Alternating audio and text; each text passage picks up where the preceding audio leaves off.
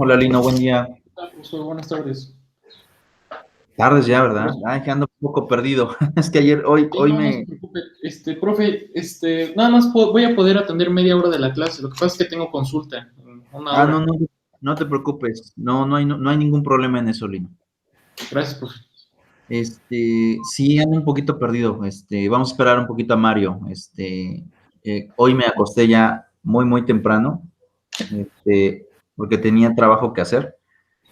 Y Uf, casi creo que nada más dormí como 2 horas. Y ando, ya laborando. Es bueno, ¿no? Siempre el trabajo es bueno. sí, claro. Pero bueno, Ya abrieron los juzgados, profe, ¿no? ¿Verdad? hasta el 1 de julio. Y pues en temas del Poder Judicial de Federal, ves que está el sistema electrónico, Ujú. y por ahí me tocó presentar un par de amparos en contra del Hoy No Circula, que bueno, al final de cuentas se resolvieron favorablemente. Y ahorita tengo una impugnación referente al tema de la ley de educación. Ah, de la ley de educación. Sí, sí me amparé. Hay unas escuelas que contrataron nuestros servicios y Ajá. tenemos ahorita la impugnación, metida. Pero bueno, es bonito esto. No soy el único, ya hay muchos despachos. Creo que según la consulta, la última nota que vi, ya había como 60 demandas de diferentes despachos que Ujú. estaban impugnando el tema de la ley. Veremos si es que nos va favorablemente o si los asuntos los atrae la Corte, que yo creo que sería lo Lo más ideal, ¿no? factible. Exacto. Sí, porque acogen a todos. Ahí si la Corte dice que van todos para la Corte, ahí todos los amparos referentes a acto reclamado se van para allá. Ujú. En fin, veremos qué tal me va.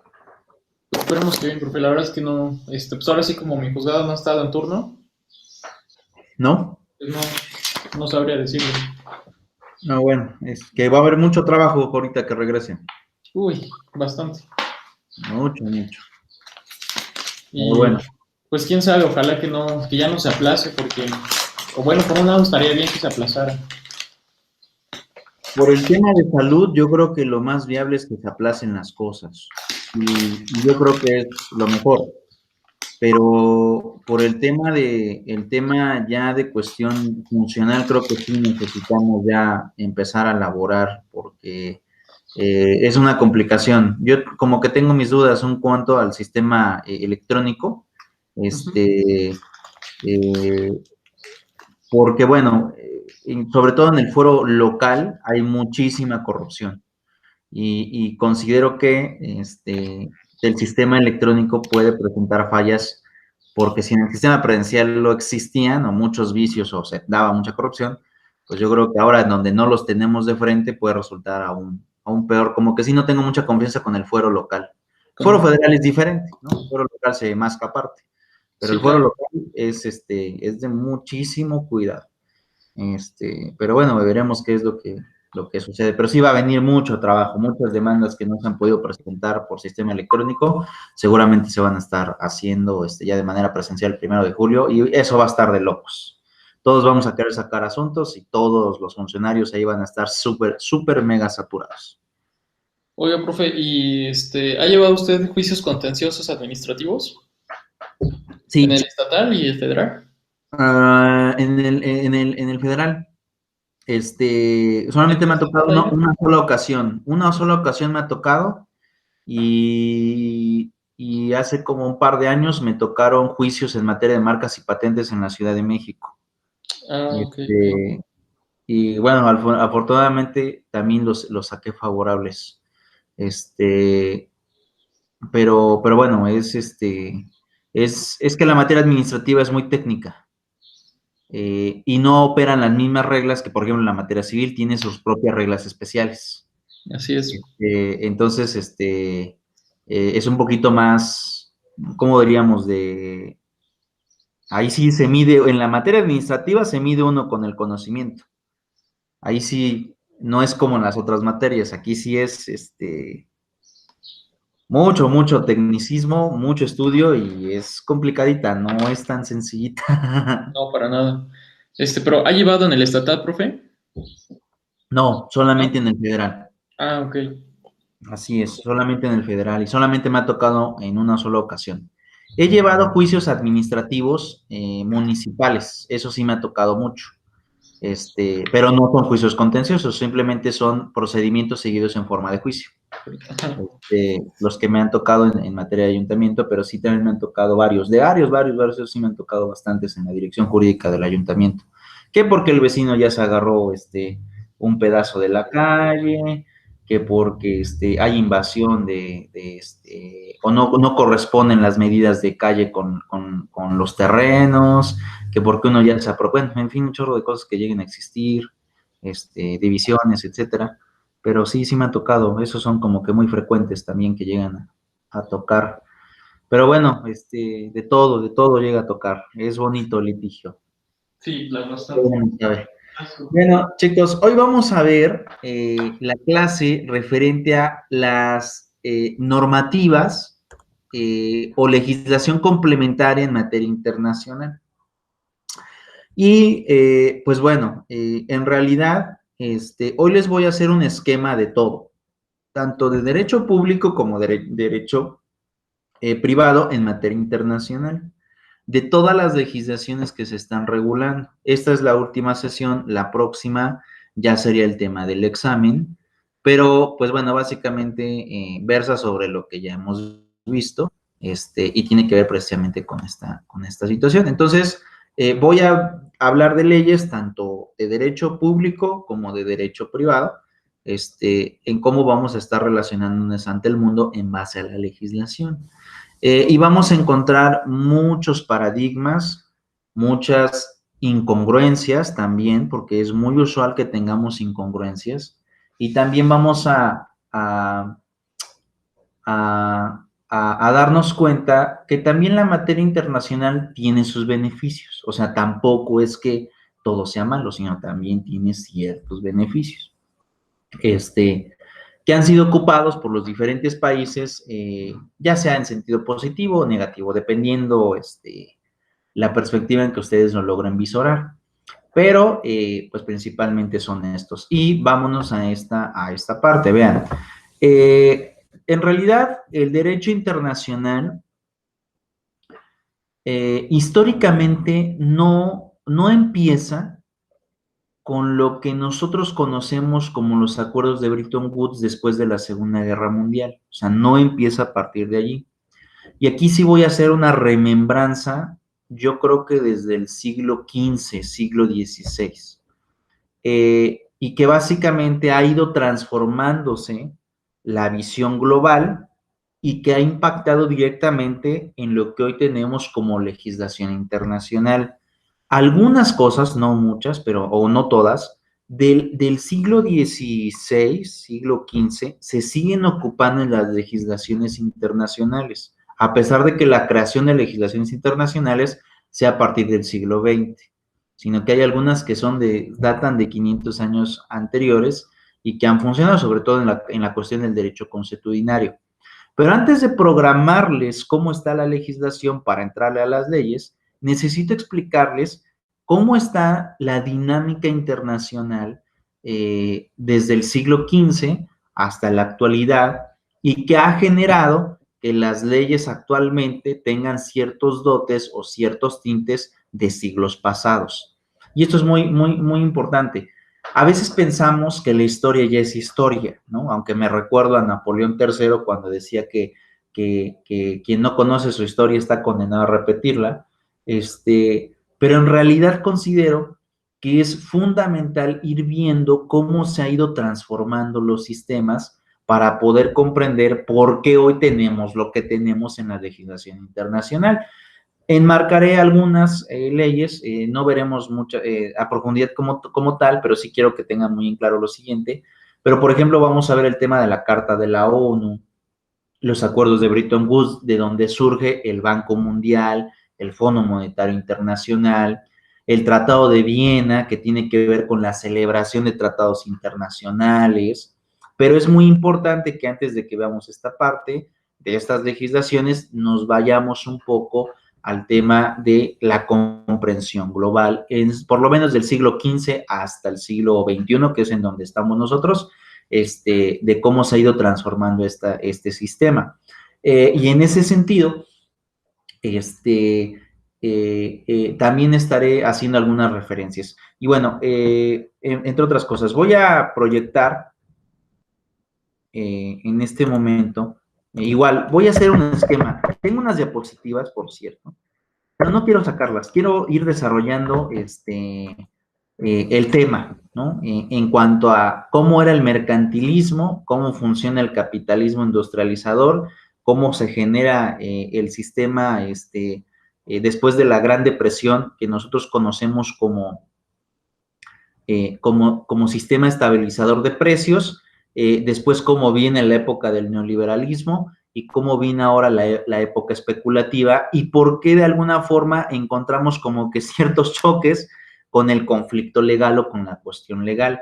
Si yo les explico solamente la cuestión legal, probablemente podamos ser como, o pueda resultar esta sesión como aburrida, ¿no? De estar leyendo ley por ley por ley. Y de alguna forma daría algunos ejemplos, pero lo que quiero es que confrontemos esta realidad jurídica entre el deber ser y el ser que tenemos ante el pragmatismo social y global que estamos enfrentando. Es más, entre otras cosas y sobre todo lo que he estado viendo en foros últimamente, porque a pesar de que en teoría estamos inactivos, bueno, yo en realidad no estoy inactivo, me he estado también viendo algunos foros de materia jurídica y yo creo que sí hay cosas que la legislación internacional nos ha protegido y que en estos momentos nos damos cuenta que son de papel, algunas regulaciones no existen. Como por ejemplo, lo que hoy conocemos como los derechos sociales y económicos, esta clasificación de derechos humanos, en donde entra el derecho al trabajo, el tema del derecho a educación y más derechos, el tema del derecho a salud, nos damos cuenta que la realidad está superando a cualquier legislación, ¿no?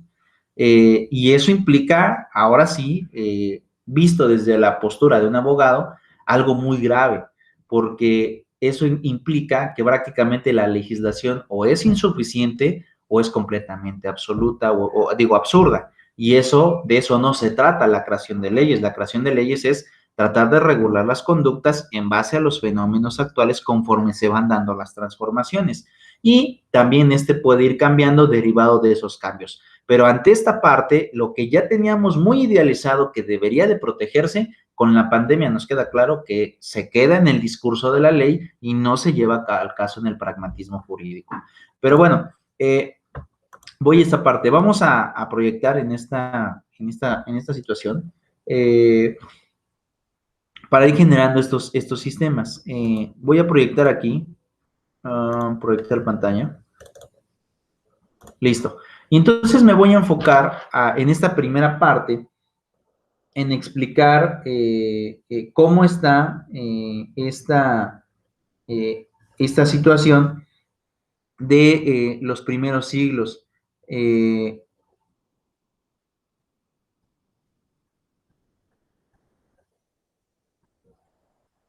esta parte. Y vean, en esta situación, vean. Primero, vamos a ir a la realidad de lo que pasaba del siglo XV al siglo XVII. Siglo XVIII, más o menos en realidad, ¿no? Del siglo XV al siglo XVIII, que es por ahí del año 1700, más o menos. Veamos, vamos a poner aquí. El sistema que en aquel momento del siglo, vamos a poner aquí, siglo, ¿cómo pongo 15? Es una X y una V.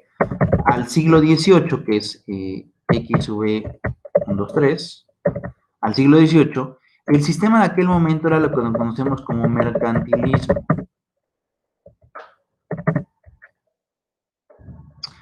Y el mercantilismo tiene sus propias políticas de realidad fáctica, de realidad general, de realidad económica y social. ¿Y en qué consistía el mercantilismo? Y ahora sí vamos a hacer un poco de historia. ¿Ustedes se acuerdan cómo se da el proceso de conquista de México? Ahora les voy a hacer clase de historia. ¿En qué año cae la Gran Tenochtitlan y se logra fundar esta nación en la primera época colonial? Porque recuerden que la colonia se divide también en tres partes. Pero bueno, ¿en qué año cae la Gran Tenochtitlan, chicos?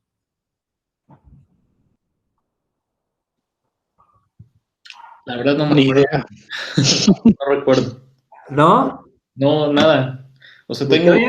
sí sé cuándo se consolida la independencia, pero de ahí para atrás ya no. ¿Ya no? No Bueno, tanto. no se preocupen, es lo bonito de tomar clases, ¿no? Que siempre vamos aprendiendo cosas. Incluso yo, a pesar de que hoy soy docente, también sigo aprendiendo cosas. Me gustaría saber todo, pero lamentablemente no lo sé todo. Pero bueno, en esta sesión voy a ir haciendo todo este pragmatismo y les hago un poco de generalidad. En el siglo XV, en el siglo XVI, en el siglo XVII, en el siglo XVIII, a nivel global se da lo primero que conocemos como globalización.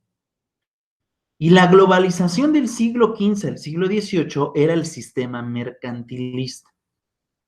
Y esto lo quiero aclarar porque a veces pensamos que la globalización va enfocada única y exclusivamente al libre mercado, como se nos ha enseñado después de los años 70 del siglo XX, cuando en realidad el término globalización implica simplemente adecuar un solo lenguaje político, económico y social en todo el mundo.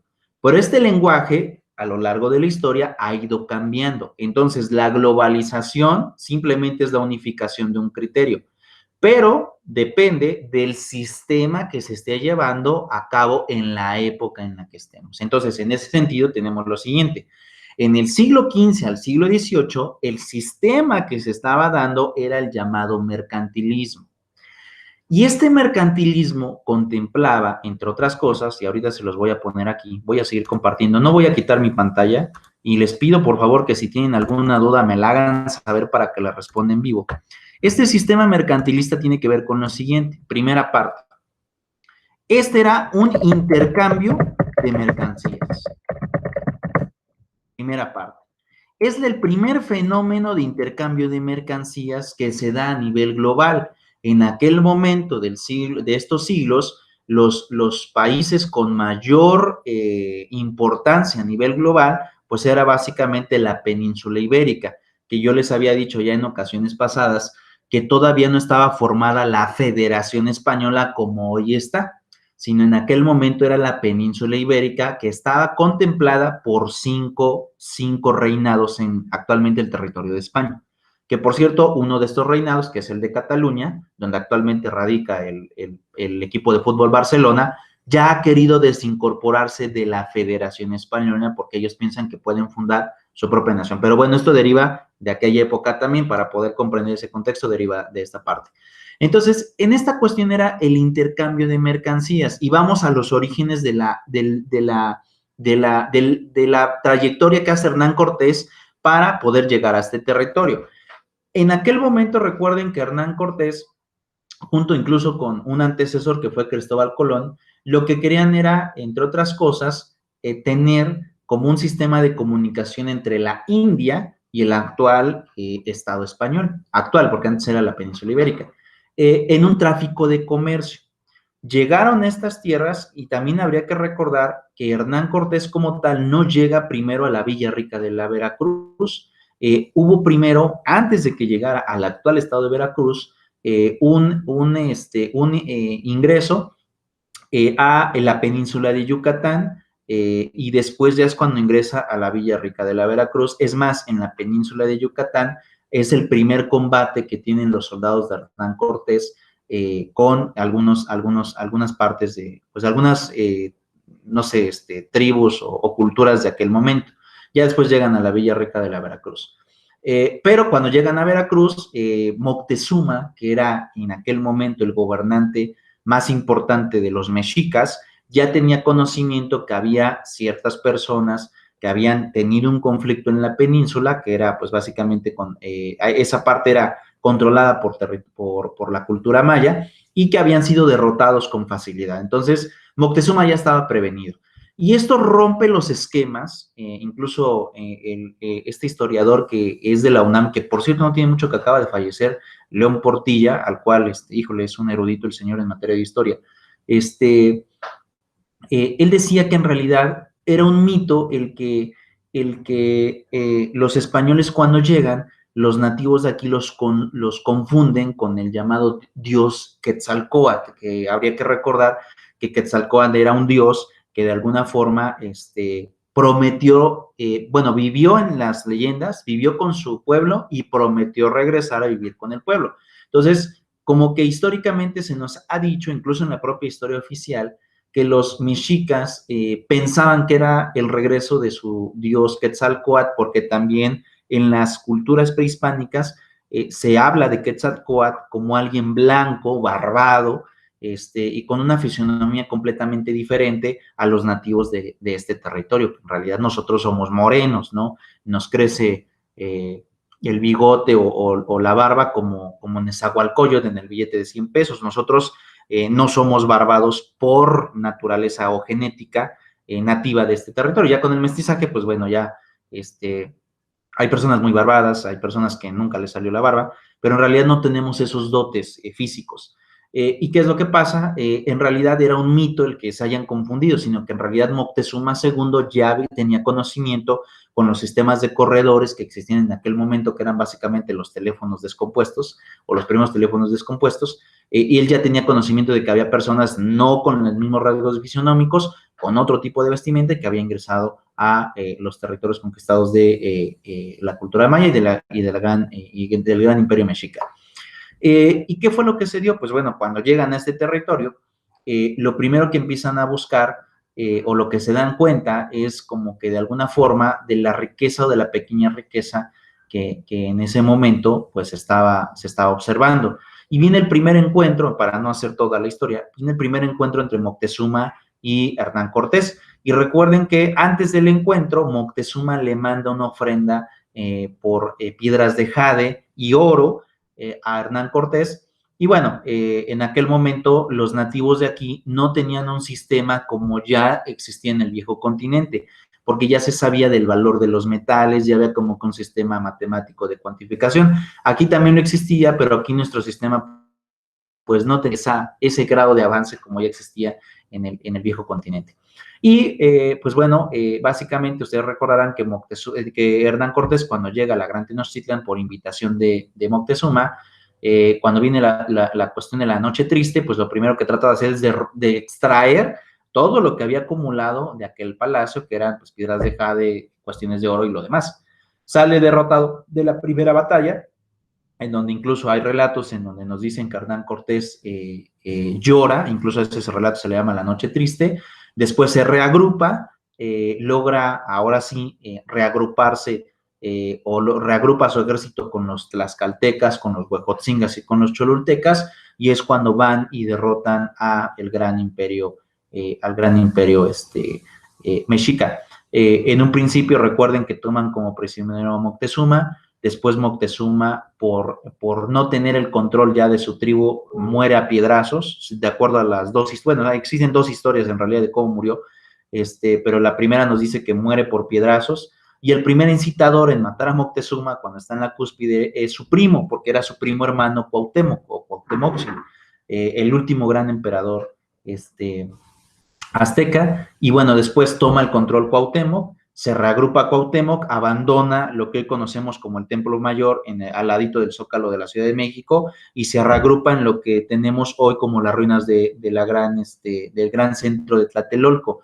Ustedes recordarán que Tlatelolco es el centro comercial más grande del Imperio Mexica. Es más, el Imperio Mexica tenía en un principio tenías dos tlatoanis. Uno estaba en donde hoy está las ruinas del Templo Mayor, y el otro estaba en el centro de Tlatelolco, en donde era prácticamente como la plaza, el mercado, en donde pues se llevaba a cabo el intercambio comercial.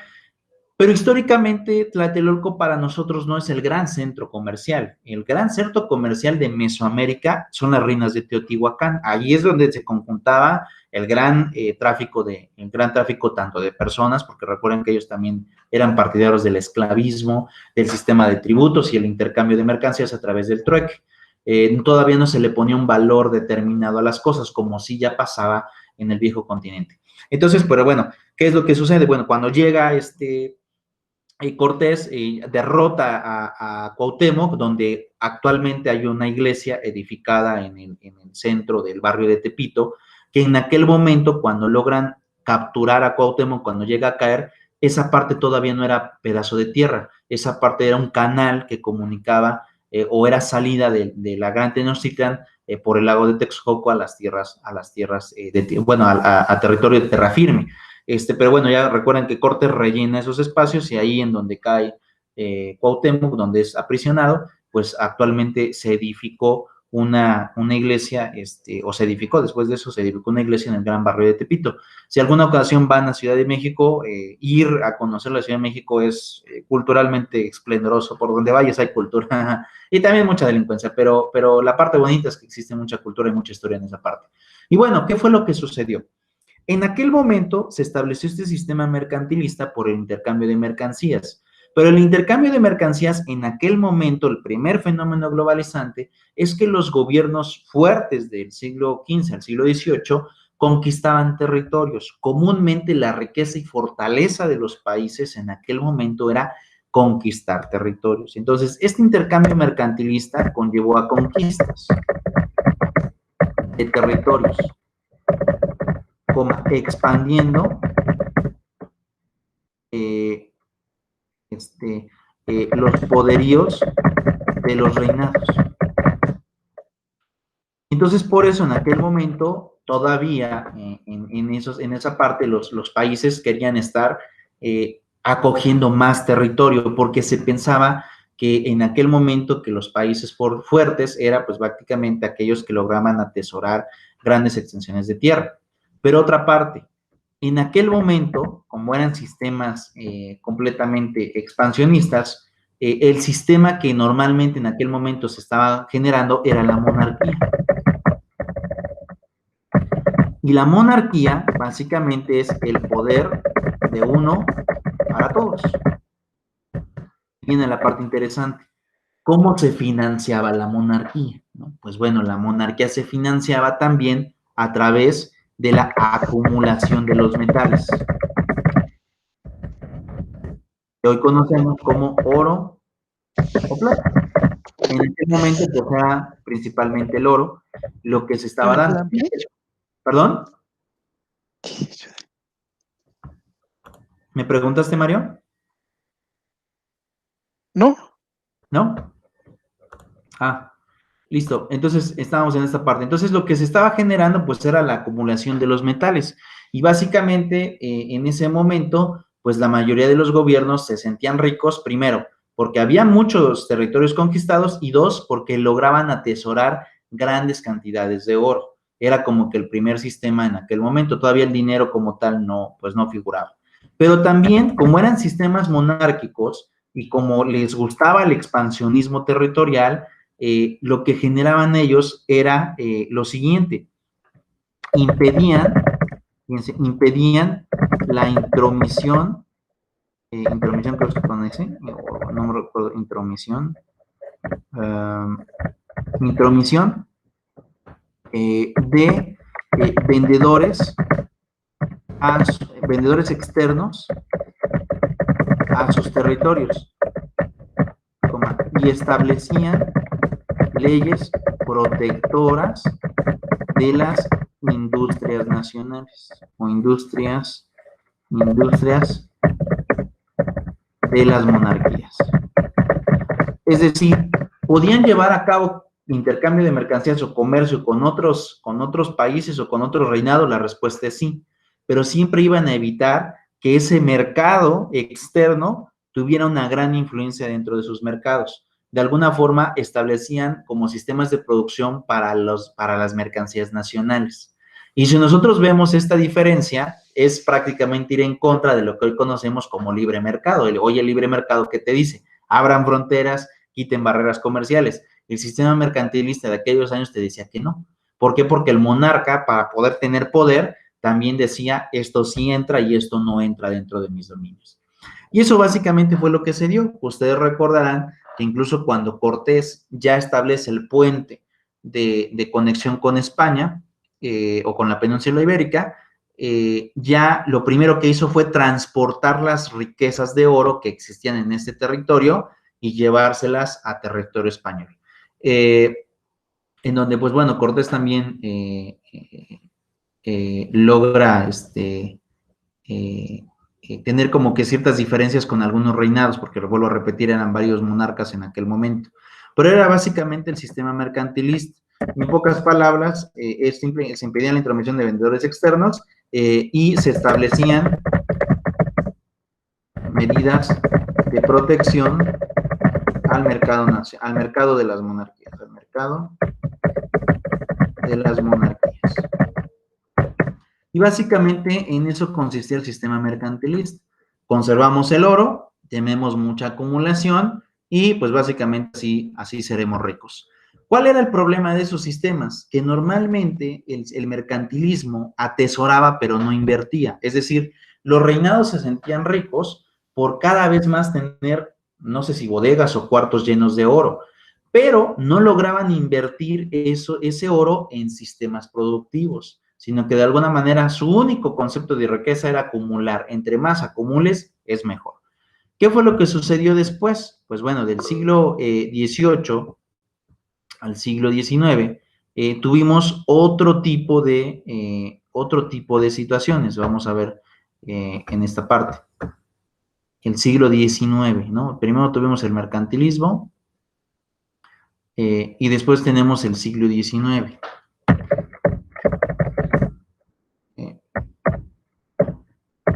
Ok, en el siglo XIX el mercantilismo se fue. ¿Por qué? Porque ya, pues básicamente fue cuando se empezaron a dar muchas de las independencias. Nosotros incluso nos logramos independizar en el siglo XIX. Los Estados Unidos se independizaron en la parte final del siglo XVIII.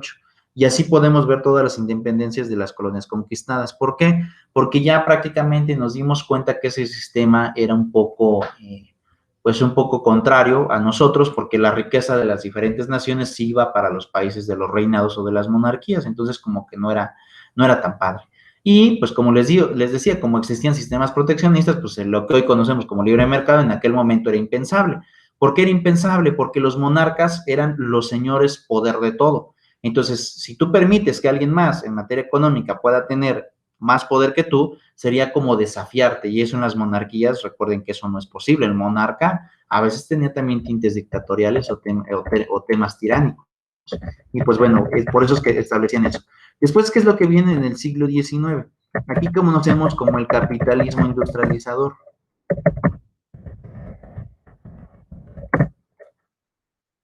Esa es la primera parte. Y es más, si voy antes del siglo XV, les estaré hablando, es más, del siglo 1000 al siglo, digo, del siglo X al siglo XV, les estaré hablando del feudalismo, que ese también fue otro sistema para aquel momento que se generó con otro fenómeno globalizante en aquellos años. Pero bueno, ya sería ir muy, muy atrás. ¿Qué pasa con el capitalismo industrializador? Pues bueno, este capitalismo industrializador prácticamente que generó, pues aquí básicamente ya se empieza a dar cuenta, entre otras cosas, que los gobiernos no tenían como que la postura de invertir en sistemas productivos. Y aquí viene la primera revolución en materia del capital. ¿Por qué? Porque aquí básicamente se empiezan a dar inversiones de privados en la industria. Y en un primer momento, los primeros que estaban generando cierta inyección de dinero, pues eran los sistemas judíos, ¿no? Es más, y viene esta parte, viene esta situación, en esta cuestión de las inversiones en materia industrial. no sé si ustedes alguna vez o alguna ocasión han leído el libro de Mi lucha de Hitler, que es el libro que él logra escribir cuando estaba en la cárcel, porque él fue preso político. ¿Alguna vez lo leyeron? No, yo sí he escuchado de él, pero no lo he No, leído. profe.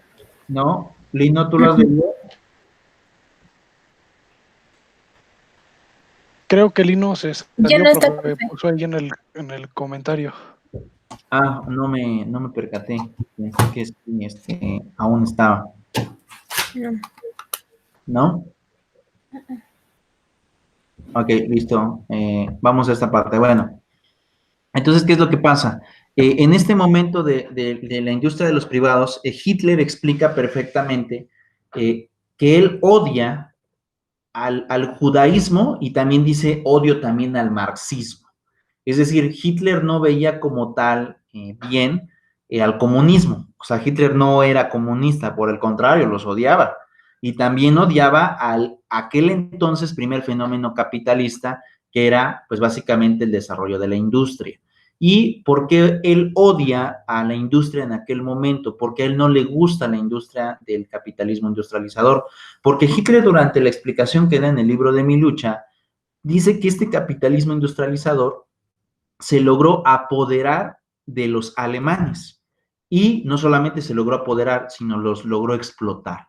Si antes hablábamos del esclavismo como método para poder generar, ahora se habla del esclavismo, o Hitler no lo dice literalmente, pero sí lo estipula, en que ahora una nueva forma de producción tenía que ver con la explotación del obrero.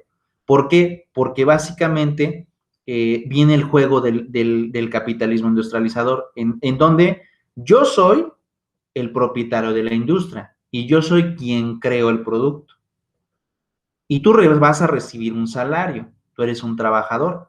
Pero ¿qué sucede? Tú vas a comprar los productos que yo como industria, como inversionista estoy creando. Es decir, te doy trabajo, pero también obligatoriamente te hago que me compres. ¿Y qué fue lo que sucedió? Pues él en el libro de Limilucha explica que este poder llegó a tal grado que un obrero con un salario de una jornada no alcanzaba para poder satisfacer sus necesidades y por lo tanto tenía que trabajar horas extras.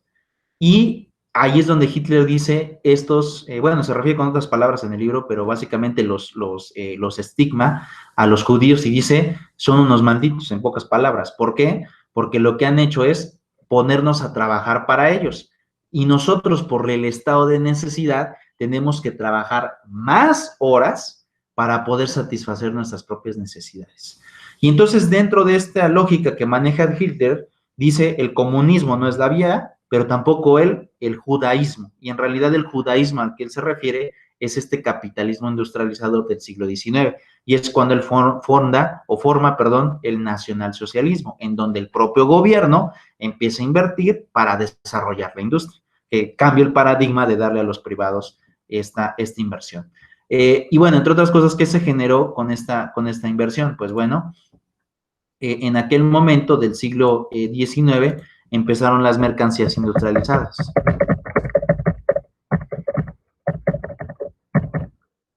Estas obedecían a su vez a la oferta o a la ley que hoy conocemos como oferta y demanda.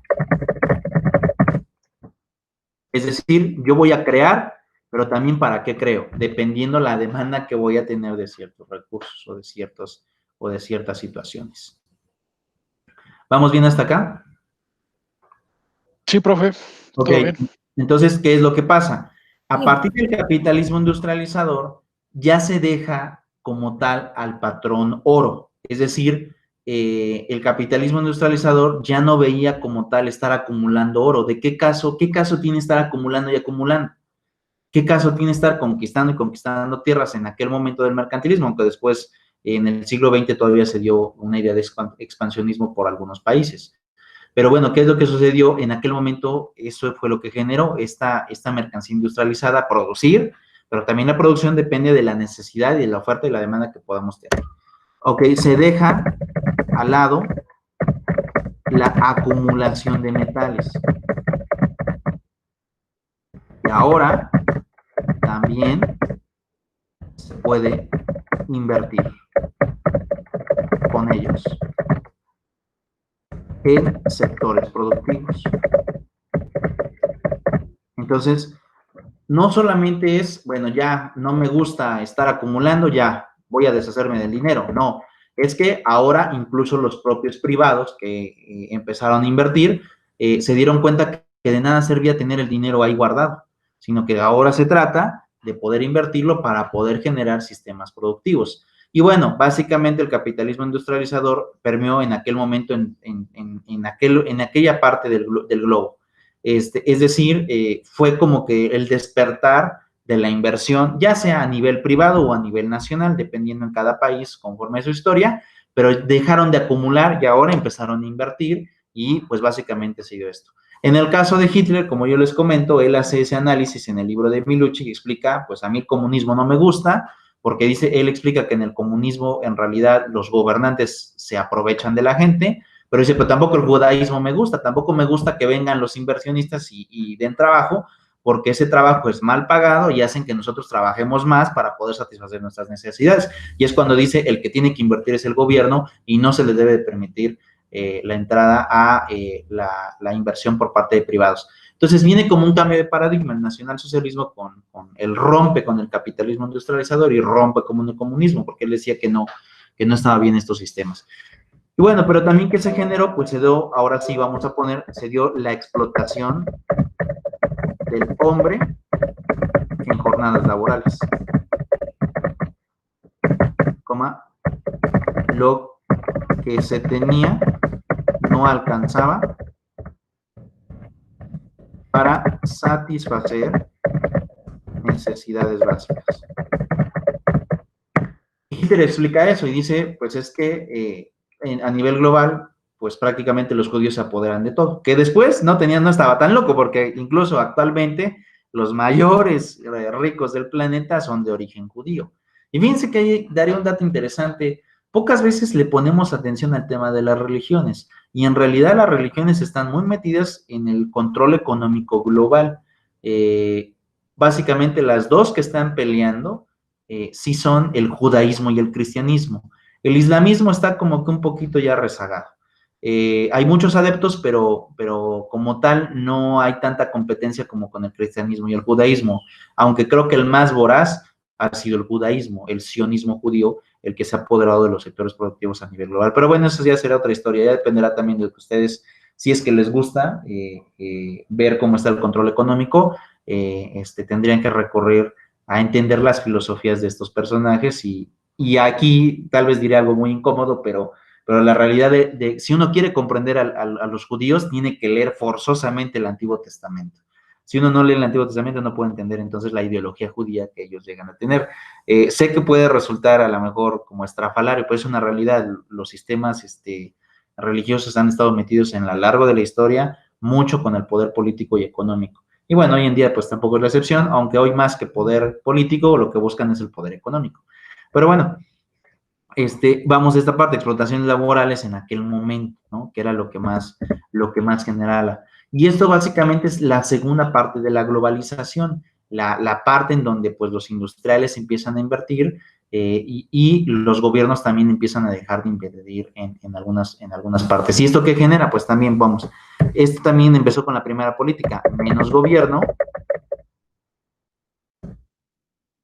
más industria en el capitalismo industrializador. O sea que el gobierno tenía que dejar de invertir y tenía que permitir a los industriales que invirtieran. ¿De acuerdo? Y en el siglo XIX ya empezamos con otro tipo de intercambio. Aquí ya empezamos con los primeros sistemas monetarios a nivel nacional. Es decir, ya empezamos a tener monedas, pero no en una cuestión de moneda global, como hoy es el dólar, como la libra, como el euro, no, sino simplemente las monedas eran emitidas por los propios países, ya se cambia al estar intercambiando plata y oro por el primer sistema monetario, aunque obviamente los países todavía en el capitalismo industrializador, a pesar de que veían a las monedas como un fenómeno de intercambio, lo que seguían generando o acumulando pues eran metales, es decir, sigue la acumulación de metales, pero ahora con la posibilidad de invertir esos metales y no solamente tener como las caricaturas de Pato MacPato, una bóveda llena de oro, ¿no? Sino que ahora pues se trata de invertir en esos sistemas. ¿Qué fue lo que generó? Pues es de la segunda globalización. Bueno, pues después tenemos la primera parte del siglo XX. ¿Y qué pasa con el siglo XX? El siglo XX es muy pragmático. ¿Por qué? Porque hay dos tipos de globalización en el siglo XX. Dos tipos de globalización. No, yo creo que tres. Dos. Dos tipos de globalización con el siglo XX. La primera parte tiene que ver, el siglo XX en realidad es muy complejo, pero la primera parte tiene que ver con el fin, en pocas palabras, de las industrias, de este capitalismo industrializador. En México, ustedes recordarán que aquí también la gente no alcanzaba a tener dinero para poder subsistir. Aquí ni siquiera les pagaban con dinero, aquí les pagaban con tiendas de raya, que era todavía más cruel de lo que pasaba en Alemania, ¿no? Así que era, no te doy dinero, pero aquí, pues te doy jaboncito, ropa para que puedas vivir, alimentos, y no hay nada de dinero. Solamente cuando la gente iba a poder salir de la pobreza, pues nunca, porque simplemente trabajaba para poder obtener productos, pero nunca iba a poder acumular riqueza porque pues era imposible. Entonces el siglo XX trajo este rompimiento de paradigma, pero yo creo que lo que marca sobre todo una época fuerte en el siglo XX es la Gran Depresión de 1929. Porque en realidad la Gran Depresión de 1929 establece una segunda oleada de globalización, que nosotros conocemos como el sistema estabilizador de precios. Y vean esta parte. Vamos a poner Gran Depresión de 1929. Y viene con esta parte. Sistema estabilizador de precios.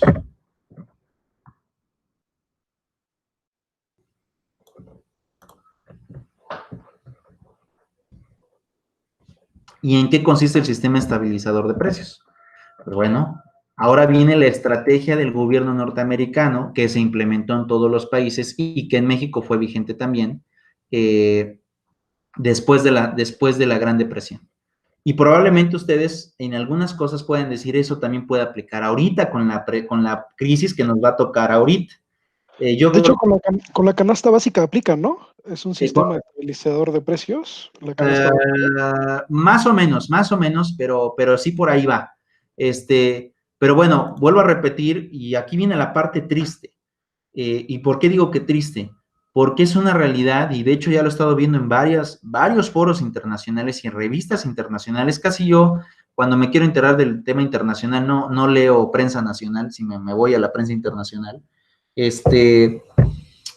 Y en realidad lo que prevén los economistas a nivel global es que la depresión que ahorita viene con el COVID va a ser tal vez hasta el doble de fuerte de lo que se vivió en 1929, ¿no? Lo cual, seré sincero, a mí sí me espanta, porque será la crisis que no vamos a estudiar, sino va a ser la crisis que nos va a tocar vivir. Incluso he visto en algunos foros serios economistas en México que se plantea que la crisis de ahorita va a ser incluso un poco más complicada que lo que se vivió en 1995 con el FOBAPROA. La única diferencia es que en estos momentos tenemos una banca central fuerte, es decir, el Banco de México es fuerte en estos momentos que le puede de alguna forma resguardar el impacto. Pero la crisis que vamos a tener ahorita, en teoría, va a ser más fuerte de lo que se vio en 1929. No sé si ustedes se acuerden de lo que se vio en 2008, pero creo que los recuerdos más crudos que tengo de crisis, tal vez en el 95 no tengo muchos recuerdos porque era muy niño, pero la del 2008, cuando yo era estudiante, en aquel momento iba yo creo que en segundo año de la licenciatura, me tocó vivirla, esa sí me tocó vivirla, ya estaba yo laborando, y la sentí bastante pesada. Tenía yo como 18 años, yo empecé a trabajar muy joven, de hecho, creo que empecé a trabajar como desde los 12, 13 años, con mi papá y después metí un negocio muy chistoso. Y bueno, fue muy bueno en aquel momento. Pero bueno, yo recuerdo que en aquel momento, pues sí no fue tan sencillo. Y en general, cuando yo platicaba con mis compañeros de licenciatura, me daba cuenta que el panorama era igualitario en varios hogares. O sea, varias casas como que tenían como que problemas económicos en 2008-2009, que fue donde más se sintió la crisis. Pues ahorita lo que viene, en teoría, va a ser mucho más complicado. Ojalá, y aquí sí voy a decir un deseo, ojalá se hayan equivocado los de los foros que yo he visto. Ojalá, es más, tengo la esperanza de que se hayan equivocado en sus predicciones, porque la verdad, pues, les vuelvo a repetir, a mí sí me espanta el que se esté hablando de que la depresión ahorita va a ser muchísimo más grande que la del 29. Pero bueno, ojalá se estén equivocando y ojalá se den las condiciones para que esta crisis se resuelva rápido y sin ningún tipo pues, de contratiempo. Pero vamos a estudiar qué es lo que pasó en el 29, ¿no? Pues bueno, en el 29, cuando viene la crisis de las bancas estadounidenses y obviamente colaterales a nosotros, porque a nosotros también nos pega, recuerden que, ¿por qué nos pega en esos años a México? Pues porque nosotros les debemos dinero a ellos, por esa simple y sencilla razón. Recuerden que el tema de la deuda externa es algo que nos ahoga mucho a nosotros. Y pues nuestro primer acreedor, o sea, el primero que le debemos, es a los norteamericanos. Entonces, la gran crisis de la Gran Depresión generó muchos cambios y muchas prácticas en aquel momento se igualaron en México como pasó en Estados Unidos. Primero, ¿en qué consiste el sistema estabilizador de precios? Primero, como no hay como tal inversión por parte de las industrias, entonces el gobierno es el que toma ese papel. Y lo que se establecieron en aquel momento fueron precios de garantía. ¿Y qué es un precio de garantía? Establecer un precio fijo. ¿Cómo? Y si un producto aumenta o baja de costo, el gobierno absorbe, el gobierno subsidia, porque es la palabra correcta. El gobierno subsidia ese cambio de precio. Fue la primera política que se dio. Esto es, obviamente, contrario a lo que nosotros o ustedes han aprendido con el libre mercado. O sea, prácticamente el libre mercado te dice, como en el siglo XIX, menos gobierno, más privados.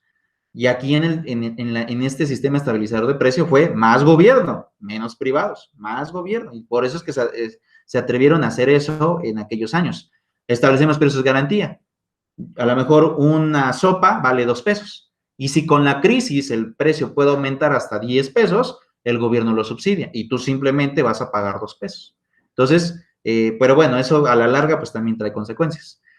Bueno, ¿qué fue lo que se dio? Pues se dio eso, se establecieron precios de garantía.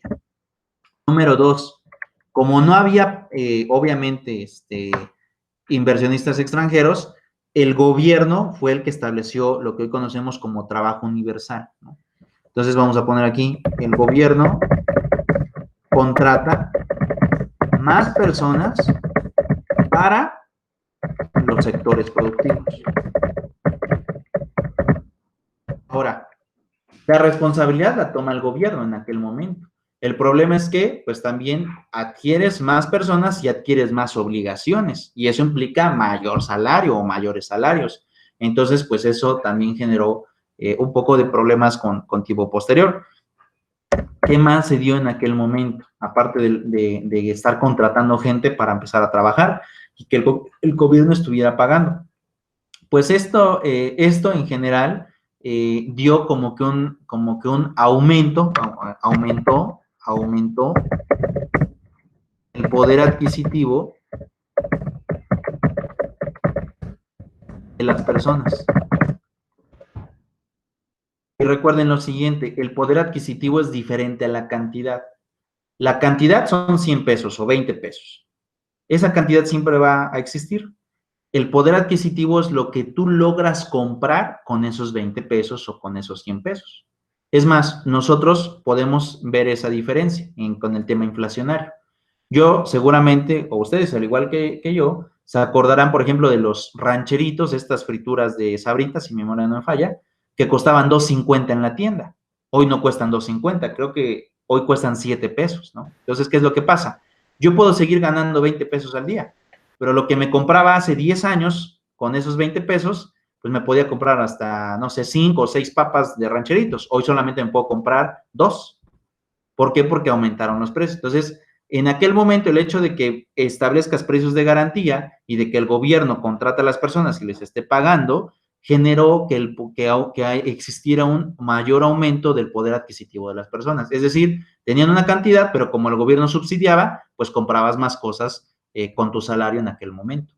Pero esto, obviamente, ¿qué es lo que sucedió? Pues bueno, como el gobierno también estaba quebrado en un principio y tenía que abastecer todo este tipo de servicios, generó también un problema, un mayor endeudamiento público.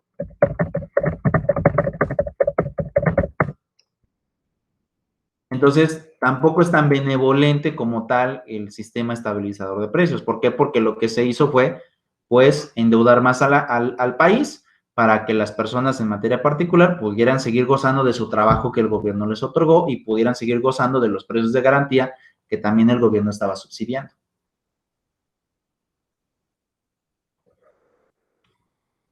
¿Vamos bien hasta acá?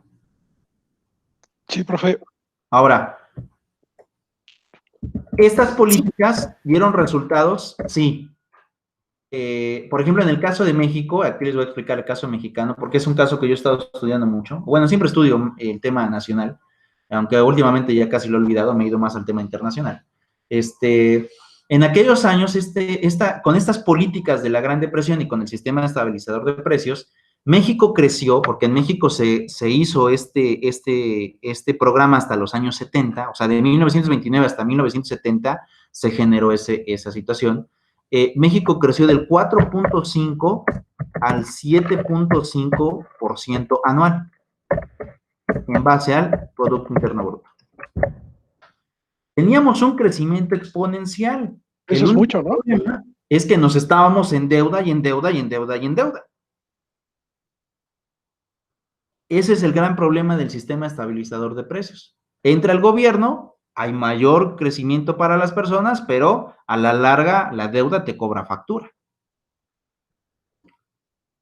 Después de los años 70, esto se rompió. Adiós al crecimiento del Producto Interno Bruto. Pero bueno, hasta aquí generó eso. Y obviamente en los Estados Unidos de Norteamérica ellos crecieron en aquel momento entre el 7.5 y el 13.5% anual por Producto Interno Bruto. Que obviamente su crecimiento de ellos siempre ha sido mucho mayor, casi del doble, comparado con nosotros, ¿no? Y bueno, actualmente no solamente es del doble, actualmente ellos crecen por ahí del 9% anual. Nosotros estamos creciendo entre el 1.5, 2.5 anual. Entonces, hoy es mucho más veces lo que crecen los americanos que lo que crecemos nosotros.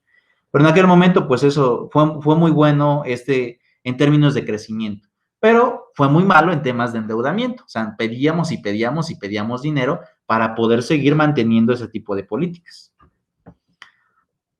Ahora, vuelvo a repetir, en México esto se generó de 1929 a 1970, que es cuando cambia el paradigma. 1970. México. Ahora, viene la otra parte. Estas políticas se establecieron a nivel internacional, pero después viene otra parte del siglo XIX. Vamos a poner aquí una raya. Es decir, el siglo XX, perdón, no todos los países tuvieron la misma realidad. Por ejemplo, Estados Unidos y México sí, y otros países de Europa también implementaron estas medidas. Pero al mismo tiempo, o poco tiempo después, surgió otra realidad dentro del siglo XX. Y este tiene que ver con la Segunda Guerra Mundial y los acuerdos de Bretton Woods. Entonces, ¿aquí qué se estableció? Vamos a poner Segunda Guerra Mundial y acuerdos de, creo que se escribe así, Bretton Woods, algo así, de 1944. O sea, poquito después, como unos 14 años después o 15 años después.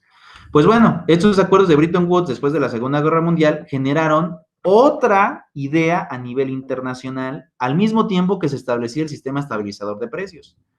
¿Y qué fue lo que se generó? Pues bueno, aquí ustedes conocerán que primero se implementó una moneda internacional respaldada en la acumulación de oro. ¿Cuál es la moneda internacional? El dólar. ¿De acuerdo? ¿Qué más se generó con esos acuerdos? Se crea el Banco Mundial, se crea el Fondo Monetario Internacional, se crea el GATT, que posteriormente fue OMC,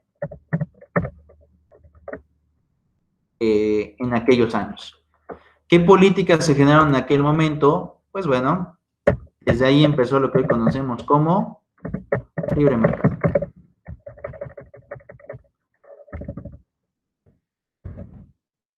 Y aquí viene lo conflictual de 1944 en adelante.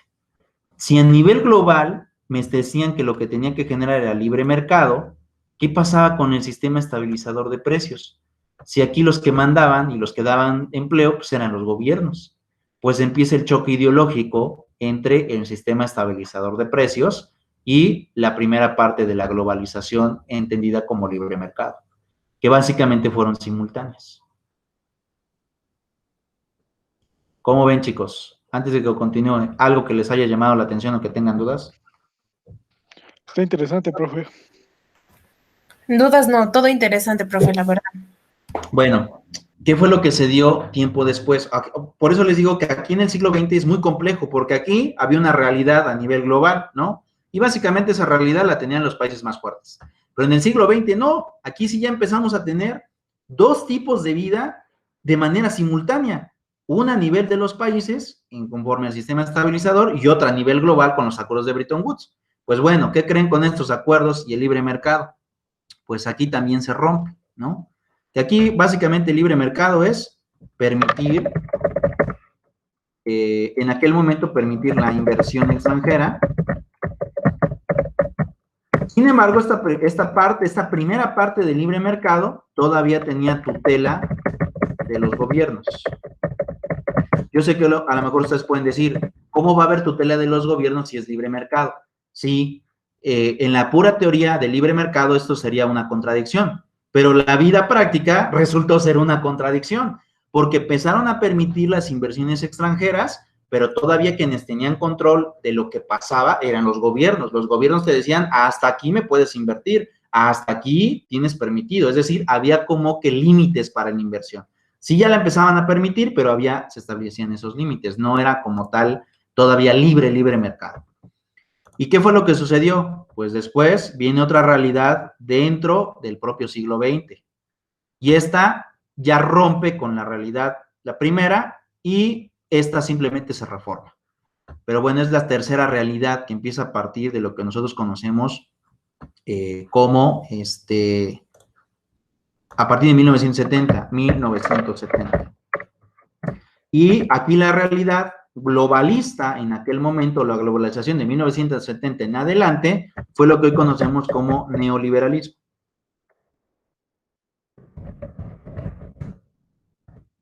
Y este neoliberalismo tiene políticas, ¿no? A partir de 1970. Ahora sí, ¿qué te dicen? Ahora sí es libre mercado. ¿Y qué consiste el libre mercado? Otra vez, menos gobierno, más inversión extranjera.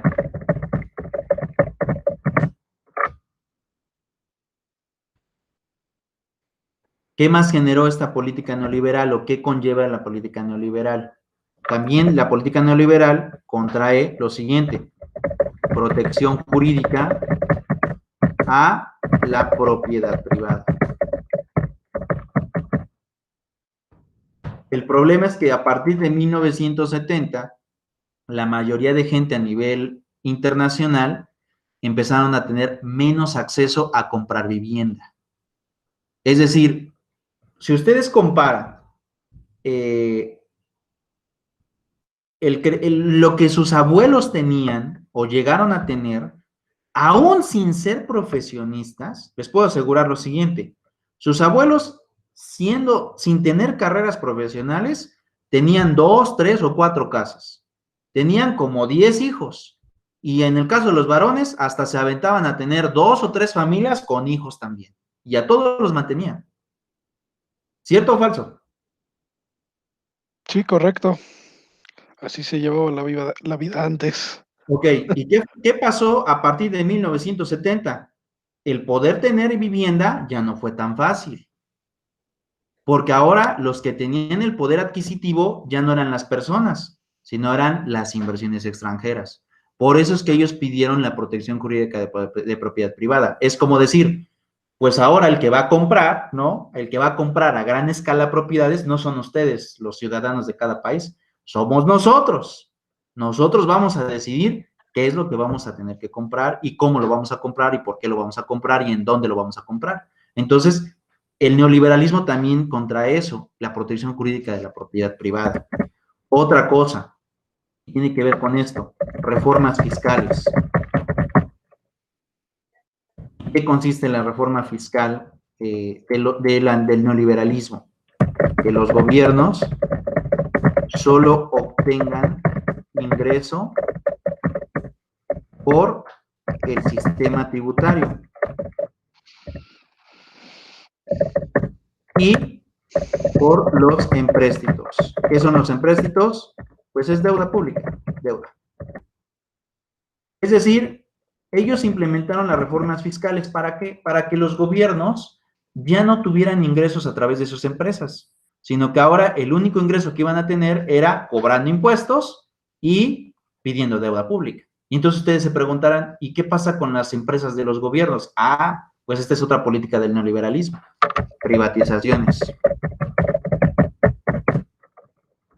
Las empresas que generan lucro a los gobiernos, deben ser privatizadas. Y el negocio ahora será de privados. Entonces, como podrán darse cuenta, tampoco es tan benevolente este llamado neoliberalismo, ¿no? O sea, también tiene sus maldiciones, ¿no? El que de alguna forma, pues no, pues en realidad le quitaran el negocio de las empresas lucrativas para los gobiernos para que ellos empezaran a entrar en el negocio. Y limitaron a los gobiernos de que solamente si tú quieres obtener dinero, pues no puedes invertir. Simplemente cobra más impuestos y eleva las tasas de interés. Que eso pues a nosotros tampoco nos agrada, ¿verdad? Pero eso generó también el neoliberalismo. ¿Qué más genera el neoliberalismo? ¿De acuerdo? El precio de los productos se rigen conforme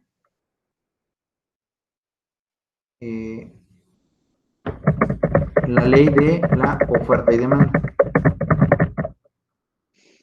¿Eso qué quiere decir? Precios. ¿Cómo se llama cuando suben y bajan? ¿Burbujas? No. Sí, se me fue el término. Flotantes. Precios flotantes. Tanto puede subir como puede bajar y no existe ninguna regulación en eso. Esto completamente válido. ¿Por qué? Porque todo lo controlan los privados. Fíjense otra cosa que también generó esta parte del neoliberalismo. El neoliberalismo también busca, voy a quitar esto de ocultar, voy a hacer esto más grande.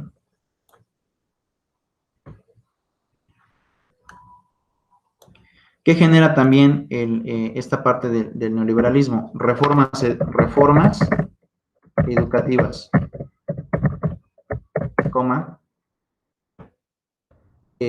se pierden las materias de civismo, historia nacional,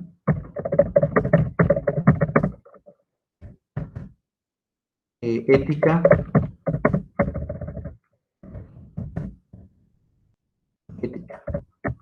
muy seguido.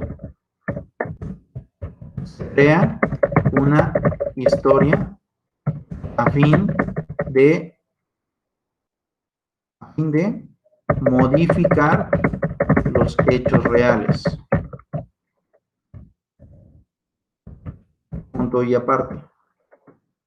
Se eliminan las materias de civismo e historia con el fin de que la ciudadanía se olvide de su identidad. y ahora acepte lo permitido a nivel global.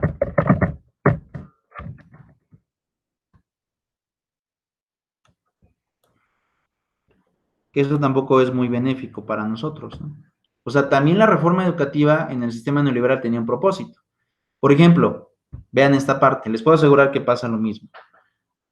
¿Por qué, de alguna forma, hoy la mayoría de la gente piensa que lo bueno o lo aceptable o lo mejor está en Europa? Pues porque prácticamente nos han hecho que nos olvidamos aquí de las tendencias nacionales.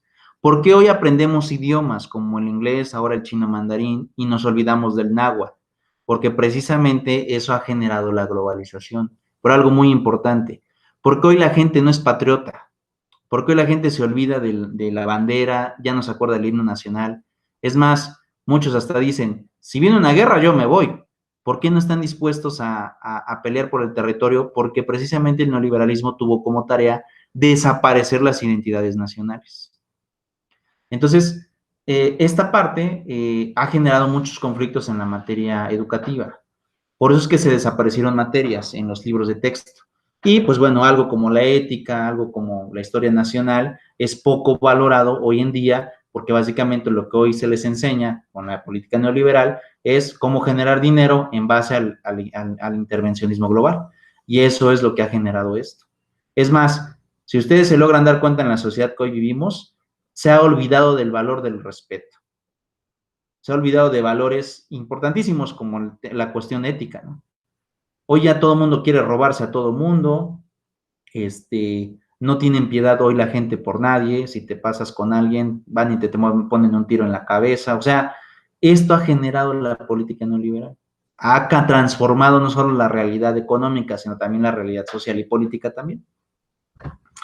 Y, entre otras cosas, lo siguiente, el individualismo social.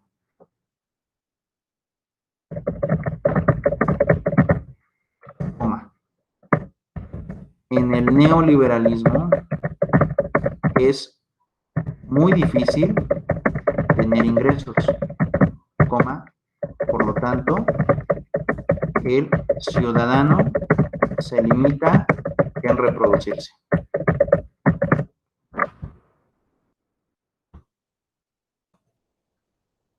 ¿Por qué en realidad hoy no nos reproducimos tanto? Pues bueno, básicamente porque no tenemos los mismos ingresos que tenían nuestros abuelos.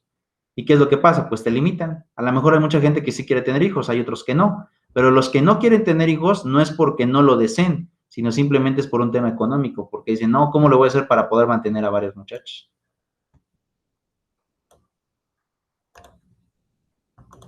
¿Cómo ven?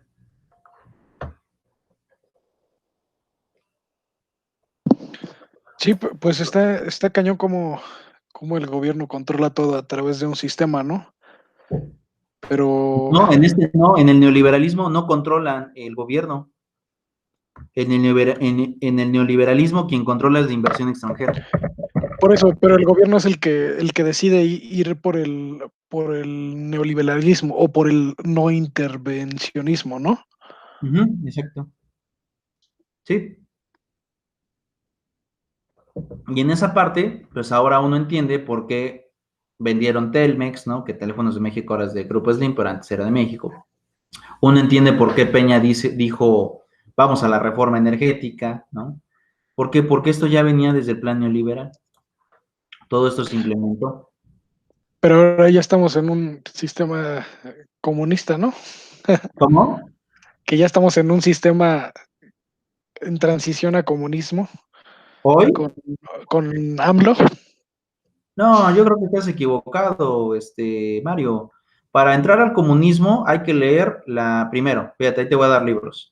El Manifiesto Comunista de Marx, El Capital de Marx, con los 3 primeros libros que escribe Marx y los otros 3 que escribe Hegel. Estaríamos hablando también ¿y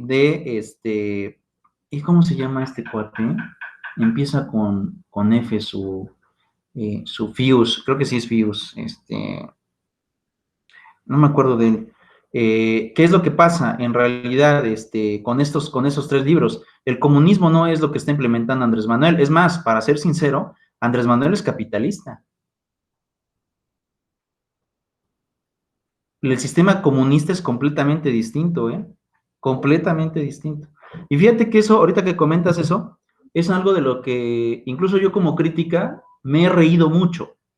Rius, se llama no es con F, es con R, Rius, este autor que también habla acerca de sistemas comunistas, que en realidad son como que los tres fundamentales, Marx, Hegel y Rius.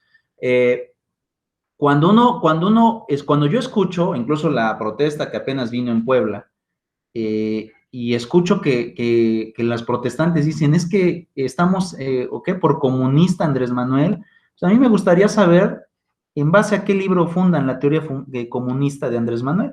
Porque si yo saco estos 4 libros, Andrés Manuel no es comunista, pero ni soñando, ¿eh? Ni soñando. Es capitalista, pero completamente capitalista. Bueno, pero tiene tintes con las ayudas que da a los estudiantes y a la gente con base en los impuestos. En base a los Entonces, impuestos, ¿qué medida ajá, los impuestos si mandó a cobrar todo? Eso es capitalismo puro. pero está otorgando ayudas a los estudiantes, ¿no? Se supone, bueno, más bien a los ninis, Ajá. y les está regalando el dinero. Ok, ¿sabes cuánto les están dando de dinero? Sí, son como 2,000 pesos, ¿no? Una cosa así. No. Ahí tienes otro error. A los chicos que les están dando para bachiller, les están dando 326 pesos. 326 pesos. A los de bachiller. Tú fuiste estudiante, yo también fui estudiante. Esos 326 pesos, en realidad, ¿qué son? Son camiones para un mes. Para un mes. No son Yo los... tenía entendido que era más, no sabía que era tampoco. Ahora, ¿a quiénes sí les están dando más de esa cantidad?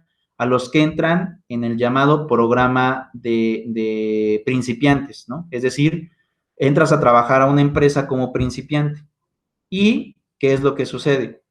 Durante ese año, porque solamente te pagan un año, es decir, no es durante toda tu carrera, solamente un año te pagan, te dan como 3,000, cerca de 4,000 pesos mensuales, como 3,500 más o menos. Bueno, ¿cuál es la condición? Y tienes que entrar a los estantes del programa.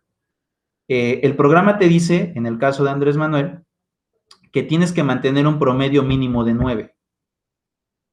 2, si entras como aprendiz a la empresa, entras a trabajar, pero también hay varios tipos de aprendices. El primero gana 1,500 y el máximo gana hasta 3,500.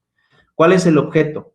De que tú estudies y aparte aprendas cosas industriales para que cuando llegues al campo laboral no vuelvas o no busques solamente el sistema de tener un empleo, sino también puedas o invertir en tu propia empresa o si buscas empleo ya estés capacitado para desarrollar el puesto.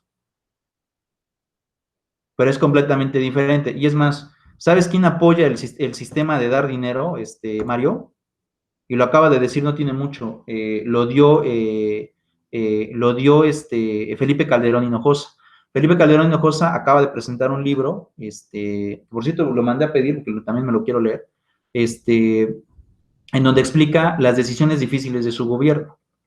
Y en ese programa que le da a Mark Zuckerberg en Foro TV, es una entrevista que está en YouTube que dura más o menos como unas 50 minutos, él dice, entre muchas otras cosas, que hay muchas cosas que está no acorde a Andrés Manuel, dice, hay muchas cosas que yo estoy diferente, y explica cuáles son, en el tema de seguridad, en el tema de apoyo a empresarios, porque también dice que ahí está en contra. Pero no dice, pero en lo que estoy a favor, dice Calderón, es en que esté dando dinero para reconstruir el tejido social. Y esto no tiene nada que ver con el comunismo, ¿eh? Con el comunismo es completamente distinto. ¿Tú has leído a Marx o has leído a Hegel, que son básicamente los fundadores del comunismo? Bueno, Hegel es del socialismo y Marx es del comunismo. Marx es más comunista, Hegel es más socialista.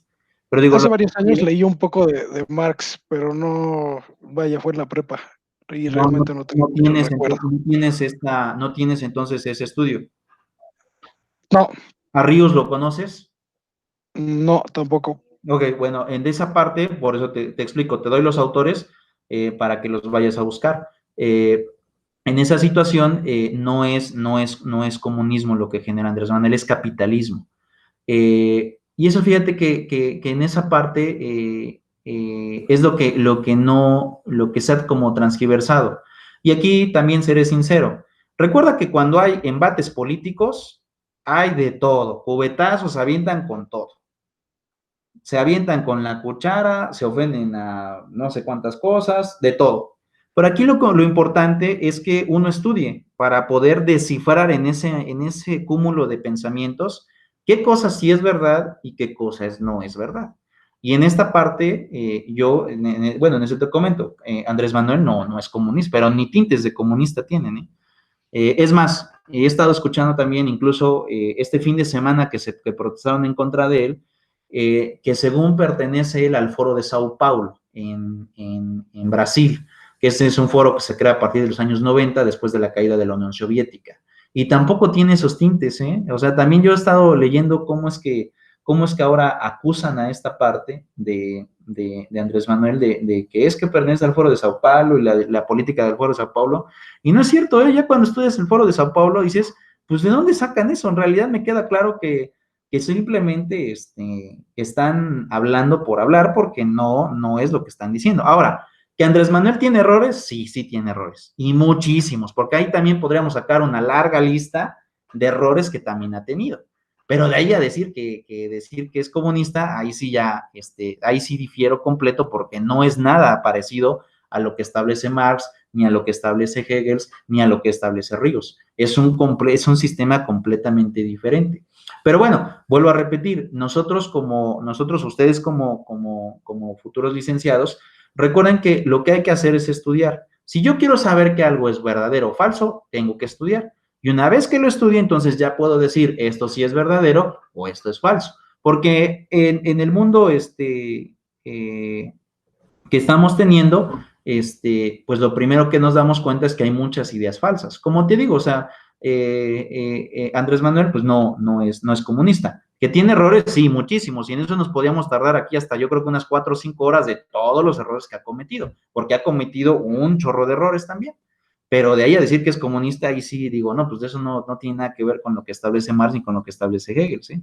Es completamente distinto. Y vamos a ir a esta parte. El mundo hacia dónde está cambiando, y ahí voy a explicar otro fenómeno. Es más, ahorita se los explico. ¿Por qué es que los Estados Unidos de Norteamérica han perdido valor y por qué China hoy se ha reposicionado? Porque lo que está permeando en el mundo es un nuevo sistema que sigue siendo capitalista, pero bajo otro tipo de teoría. Y esta teoría es la que hoy se conoce como la socialdemocracia. Y aquí viene algo interesante de los sistemas internacionales. En el siglo XX, que es el que estamos viendo, la pelea más fuerte era descifrar si un gobierno era comunista, era socialista o era capitalista. Y lo que está pasando en el siglo XXI es que ningún país es comunista, ninguno es socialista, ni ninguno es completamente capitalista. Entonces, ¿en qué consiste la socialdemocracia? Pues la socialdemocracia es capitalismo, pero combina dentro de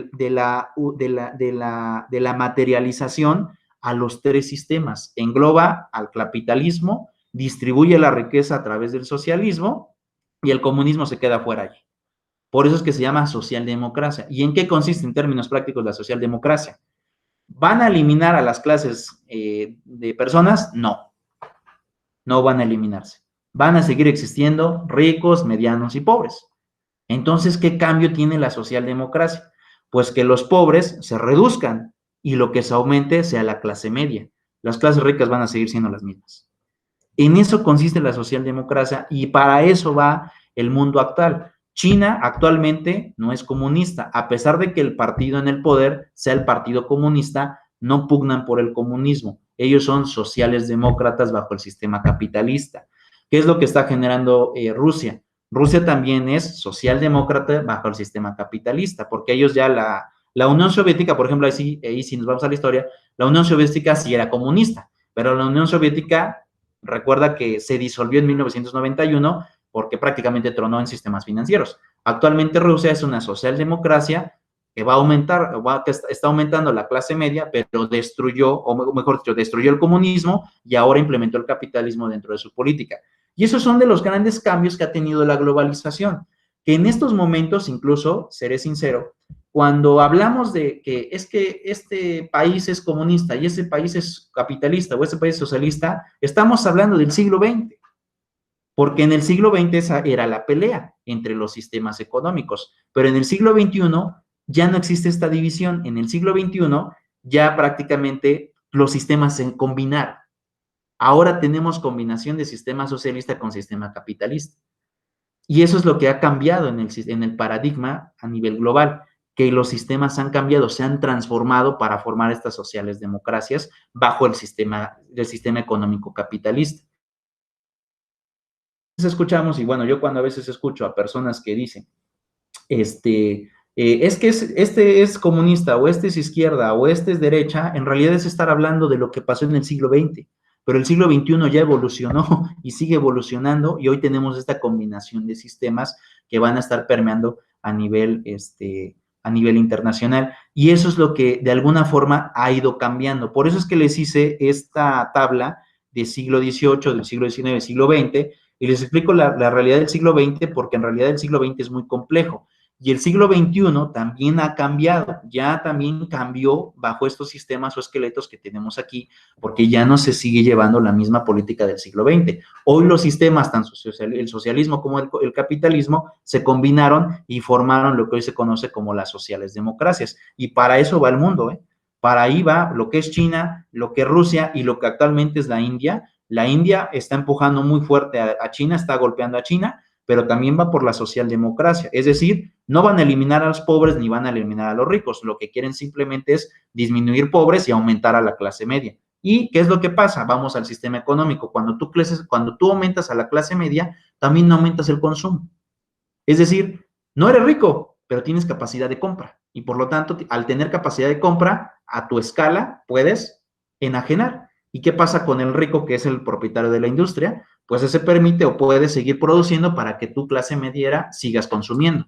O bien decidas invertir, es decir, que juntes tu dinero y decidas invertir en algún campo productivo o crees tu propia empresa, lo que sea, pero tienes esa capacidad para poder hacerlo. Obviamente, la estructura va a seguir siendo la misma, porque a lo mejor tú inviertes, pero van a seguir siendo medianos, ricos y pobres. ¿Por qué? Porque tú inviertes y vas a tener trabajadores, y los trabajadores, digamos que va a ser una clase mediera baja o una clase baja, pero va a existir siempre existiendo el sistema piramidal del capitalismo. Y eso es lo que se ha ido transformando en realidad, se han ido cambiando. Y bueno, en esta parte, te digo que sí han sido como muchos de los tabús que yo he escuchado, que en esa parte de que dicen que Andrés Manuel es comunista, y en realidad no lo es. Cuando ya lees a Marx, cuando lees a Hegel, cuando lees a Rius, te das cuenta y dices, no, pues eso no es verdad, eso es completamente falso. Y si hablamos del pleito capitalismo-comunismo, estamos hablando del siglo XX, ya estamos en el XXI. Eso ya cambió. Ahorita estamos en otra dinámica a nivel internacional. Pero es algo muy paradójico y paradigmático, de cómo es que de alguna manera los sistemas se han ido cambiando y ahora hasta combinando. O sea, lo que pensábamos en el siglo XX, de que el socialismo y el capitalismo se iban a combinar, era impensable. Era impensable. Porque decíamos, el capitalismo busca el atesoramiento de la riqueza, y el socialismo también es diferente al comunismo, no es lo mismo. El comunismo es la máxima cúspide del socialismo, pero en el socialismo son básicamente que las clases sociales se apoderan del poder y para llevar a cabo la repartición de la riqueza. Pues bueno, si logramos ver la teoría, los dos sistemas eran completamente diferentes, es más, hasta chocaban. Pero ahora, ¿qué pasa en el siglo XXI? Pues la dinámica global ha hecho que estos sistemas de estar chocando ahora se combinen, y ahora tenemos estos nuevos regímenes que se llaman sociales democracias bajo el sistema capitalista, que es una combinación de socialismo y capitalismo. Que bueno, vuelvo a repetir, son cambios muy grandes que se han dado a nivel global. Cuesta un poco entenderlos, yo seré sincero, a mí también me costó entenderlo porque yo tenía la misma idea de decir, es que el capitalismo, es que el socialismo, es que el comunismo, y pensaba que el conflicto seguía siendo el mismo del siglo XX. Ya conforme vas estudiando dices, eso ya es obsoleto, eso ya quedó atrás, quedó del 2000 para atrás. Ahorita estamos en una nueva dinámica, pero ya lo va uno comprendiendo conforme vas estudiando y te das cuenta que ahora los sistemas se transformaron, porque en realidad eso fue lo que pasó, se transformaron y se adecuaron a la realidad que hoy se vive a nivel global. Y lo más chistoso, que todo ha sido globalización. Esto fue globalización, esto fue globalización, este siglo XX fue globalización y ahorita estamos en otra fase de la globalización. Entonces, ¿qué es lo que pasa? El lenguaje ha cambiado, aunque el sistema haya sido poder unificarlos. Ahorita sí lo veo un poquito complicado que se unifiquen a nivel internacional. Ahorita las tensiones van a estar más complicadas por estas sociales democracias que también se vuelven proteccionistas porque son nacionalistas. Pero aquí, ¿de qué depende? Depende de el autosustentamiento, es decir, qué tan capaces son los gobiernos de ser sustentables. Pongo un ejemplo. Vean esta parte. ¿Se acuerdan cuando vimos el tema petrolero? Chicos. Sí. Ok, vean esta situación. ¿Por qué? De alguna forma, la industria que más sufrió fue la estadounidense y no fue Arabia o no fue Rusia. ¿Por qué? Pues bueno, porque básicamente esos países son más autosustentables en el tema energético que los propios Estados Unidos. A pesar de que Estados Unidos tiene a Shell con la extracción de Texas y Nuevo México, no pudieron darle la batalla a los países de Asia y Oriente. ¿Por qué? Y yo les expliqué en aquella clase, porque las reservas de aquellos países son mucho más grandes que lo que tienen los Estados Unidos de Norteamérica. Por eso es que le dijeron a los gringos, bueno, tú bajas el precio, pues yo lo bajo más. ¿Qué fue lo que dieron? Pues quebraron las empresas norteamericanas. Ya no pudieron sostener el precio. ¿Qué fue lo que pasó con Rusia? ¿Qué fue con lo que pasó con Arabia? Ellos también perdieron, pero como sus reservas son mayores, pues te despreocupas. Es como cuando tienes dinero. Te agarra la crisis y tienes 1,000 pesos. ¿Y qué dices? Chin, tengo que hacer rendir esos 1,000 pesos durante un lapso de 3 meses. Pero si tienes ahorrado unos 100,000 pesos, ¿qué dices? Pues sin problema, aguanto. Lo mismo pasó en el tema petrolero con Estados Unidos y Rusia. Los estadounidenses se dieron cuenta que sus reservas no son tan grandes como las que tiene Rusia. Y Rusia con la cintura en la mano dijo, yo puedo sostener el precio, porque lo dijo así Putin, yo puedo sostener el precio hasta 10 años así, perdiendo, por el gran cúmulo de riqueza que tenemos. Entonces, pues, al final de cuentas, ¿quién perdió? Pues los americanos. Y eso tiene que ver con los temas de sustentabilidad. Incluso, por ejemplo, la región China. La región China, ¿qué fue lo que sucedió? Bueno, tengo exportaciones. Si los norteamericanos me cierran con las barreras comerciales, ¿qué hago? Pues busco nuevos compradores. ¿Y qué fue lo que hizo? Empezar a buscar nuevos mercados. Y alentó el consumo interno, que eso también es algo muy fuerte. Por eso ahorita también está el poder recuperar Hong Kong, porque Hong Kong tiene una política nacional en base a los acuerdos de Estados Unidos. Ahorita está China, casi le está diciendo a Estados Unidos, Hong Kong ya no es libre, ahora me pertenece a mí, y por lo tanto el comercio lo voy a regular yo. ¿Pero por qué lo voy a regular? Porque va a entrar la industria nacional allí. Y entonces, ¿qué es lo que sucede? Otra vez empezamos con el pleito. ¿Pero por qué va China a esta parte? Porque ya se dio cuenta que a pesar de tener un chorro de gente, más de 1,000 millones de habitantes, tiene la capacidad económica para ser sustentable. Tal vez no al 100%, pero está en esa vía, porque también China ha manifestado que hasta el 2040 será cuando ellos puedan alcanzar el poder económico de los norteamericanos. O sea, hasta eso también no son prepotentes, sino ellos también son muy reales en decir, pues no lo tenemos ahorita, todavía no alcanzamos ese nivel norteamericano, pero lo vamos a lograr, y lo vamos a lograr proyectado dentro de 20 años. Entonces, te das cuenta cómo es que los sistemas se han ido evolucionando y han ido cambiando en esa parte, porque de alguna forma se ha comprendido el mundo combinando los sistemas, y es precisamente lo que ha generado el auge de Rusia, el auge de China, y ahorita el auge de la India, que la India ya viene muy fuerte para poder generar o para poder posicionarse dentro de las 4 economías más fuertes a nivel global. Fíjense, China y Rusia son más fuertes que Inglaterra y Francia. Son más fuertes. Cuando históricamente los franceses tuvieron el imperio de Napoleón, los ingleses tuvieron a los propios Estados Unidos de Norteamérica dominados, y hoy China y Rusia son más fuertes que ellos. Para que se den cuenta cómo es que se han ido cambiando las figuras y cómo se han ido transformando. Pero vuelvo a repetir, es complicado en realidad, porque sí, lo más común en esta parte es ver cómo todo es estatizado, pero en realidad no lo es. Se ha ido cambiando y ahorita con la pandemia vamos a entrar en una nueva dinámica. ¿En qué va a consistir la nueva dinámica? ¿El capitalismo va a seguir rigiendo a nivel global? Sí. Sí, va a seguir siendo el propio sistema capitalista el que va a seguir rigiendo. Entonces, ¿qué va a cambiar a nivel global? Va a cambiar la política económica. El sistema económico es el capitalismo, ese se queda igual, pero la política económica es la que va a cambiar. Y entonces, ¿cuál es la política económica que ahora vamos a tener? Pues bueno, ahorita sí vamos a ver confrontada la idea entre libre mercado y nacionalismo, entre si lo que logra ganar es la inversión extranjera o bien la inversión nacional para hacer autosustentables los servicios. Y ese va a ser el conflicto ahorita que hemos tenido. En el siglo XX, pues básicamente, ¿quién derrotó a quién? Pues derrotó, la inversión extranjera derrotó a los gobiernos en el siglo XX. ¿Y qué estamos viendo en el siglo XXI? China y Rusia ya desafiaron y dijeron, la inversión extranjera no es tan fuerte como nosotros y ya están demostrando que son capaces de ser autosustentables. Entonces, ¿qué es lo que pasa? Los paradigmas que teníamos con anterioridad se han estado rompiendo. Los estudios se han estado rompiendo. ¿Por qué? Porque la dinámica global ha hecho que estos cambios hayan generado transformaciones en los propios sistemas.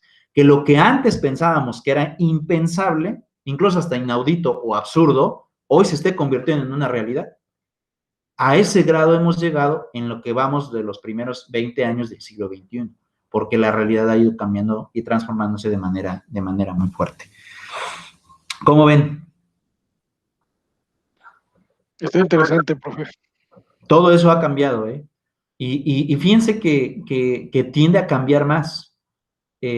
¿Hasta qué sistema? Bueno, ahí voy a ser sincero, ya se habla de que la socialdemocracia dentro de 20 años va a tronar. O sea, también fíjense hasta dónde va la evolución. Esta socialdemocracia que combina el capitalismo con el socialismo ya se prevé que va a tronar. Y ahora se plantea un nuevo sistema que no es ni capitalista, no es socialista y no es comunista. Ahora se está creando una nueva proyección de sistema que no va a ser en base a los tres anteriores, va a ser una nueva dinámica a nivel global.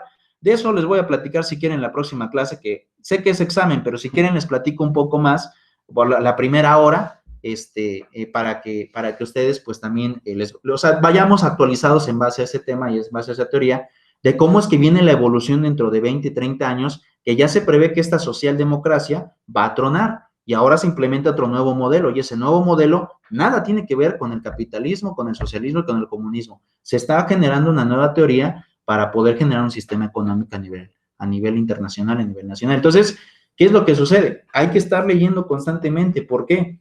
Porque si nos quedamos con lo que hemos estado leyendo con anterioridad, esto va a resultar que la dinámica está siendo cada vez más voraz, más dinámica, más transformadora, y nosotros somos los que nos estamos quedando atrás.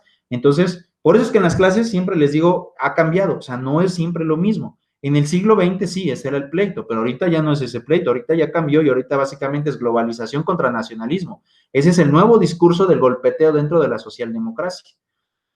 Entre si gana la globalización o gana el nacionalismo. Y ¿saben qué pasa? En la globalización puedes tener gobiernos comunistas, socialistas y capitalistas. ¿Y saben qué pasa en el nacionalismo? También puedes tener gobiernos capitalistas, socialistas o comunistas.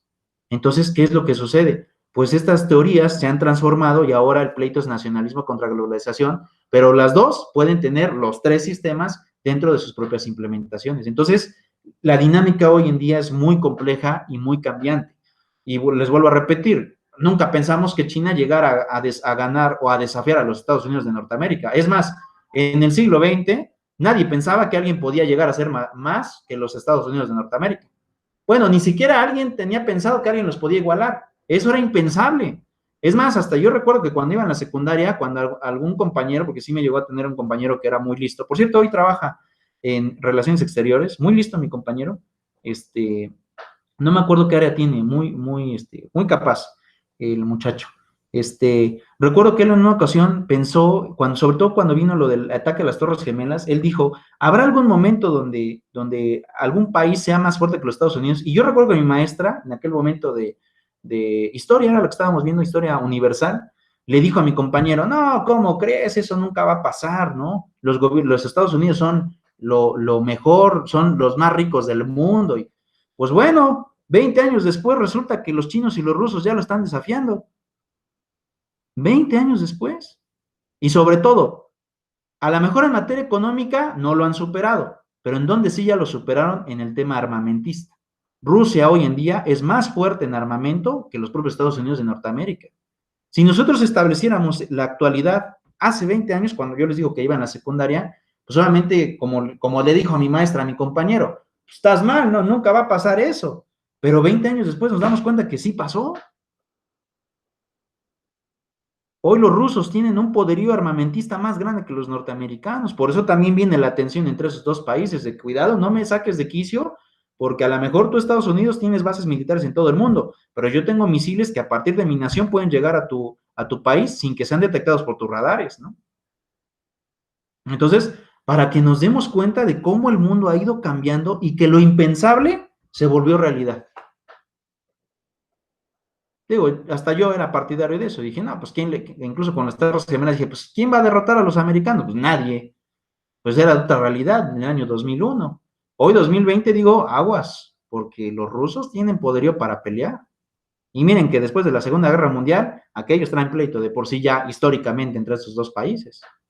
Entonces, esa es la parte donde es cambiante. Pero bueno, esa es la situación. Pero sí, Mario, hago esa aclaración. No, Andrés Manuel no es comunista, ni tiene tintes de comunista, es capitalista. ¿Que tiene errores? Eso sí, tiene un chorro. Ahí sí podemos decir, tiene errores y es más, hasta nos podríamos tardar hasta 4 o 5 horas de los errores que tiene. Porque sí son muchos errores los que tiene. Pero de ahí a decir que es comunista, eso sí, no, Hay mucha diferencia entre lo que establece Marx, Engels y Ríos con lo que ha hecho Andrés Manuel. Es más, el Tren Maya es capitalismo puro, porque va a venir el Tren Maya y alrededor del Tren Maya hoteles, conjuntos habitacionales, plazas comerciales, es capitalismo. Es prácticamente desarrollar unas nuevas ciudades en el sur del país donde no hay nada, donde está jodido completamente. Y digo jodido porque eso sí los conozco. Conozco Tabasco, conozco Chiapas, conozco Campeche, Yucatán, Quintana Roo, Oaxaca y Guerrero. Todos esos estados de la República los conozco y honestamente creo que lo más jodido que me ha tocado ver es Guerrero y Oaxaca. Es como que dices, no manches, aquí sí está horrible, horrible, horrible. Y ahora entiendo también por qué esos estados hoy se dedican a la siembra de estupefacientes o de amapola o de marihuana o tienen los narcolaboratorios, pues es porque no hay trabajo, ni hay industrias, la gente ya se mantiene del campo y a lo mejor de que puso una tiendita. Eso es todo. Del poco turismo que llega a llegar en algunas zonas, porque no todas las zonas son hoteleras, y de eso se mantienen, pues no hay nada, pues por eso la gente anda metida en la delincuencia organizada. Si va uno a Chiapas, nada más Tuxtla, pero Tuxtla es lo único que tiene, pero de ahí si uno baja para Tapachula, para Huixtla, para Ciudad Talismán o Ciudad Hidalgo, nada, Tapachula solo porque tiene el aeropuerto, pero nada más es el Zócalo y algunas calles del centro y eso es todo, no hay nada. Nada, nada, nada, nada. Uno va por Totalismán y es donde la gente cruza de Guatemala para México en las lanchas y ahí sí cruzan ropa, armamento, lo que quieran, personas, sin que la aduana te revise. Por eso también me tocó conocerlo. Si va uno incluso a Tabasco, nada, lo bonito es Villahermosa, pero Villahermosa se inunda porque está por debajo del nivel del mar.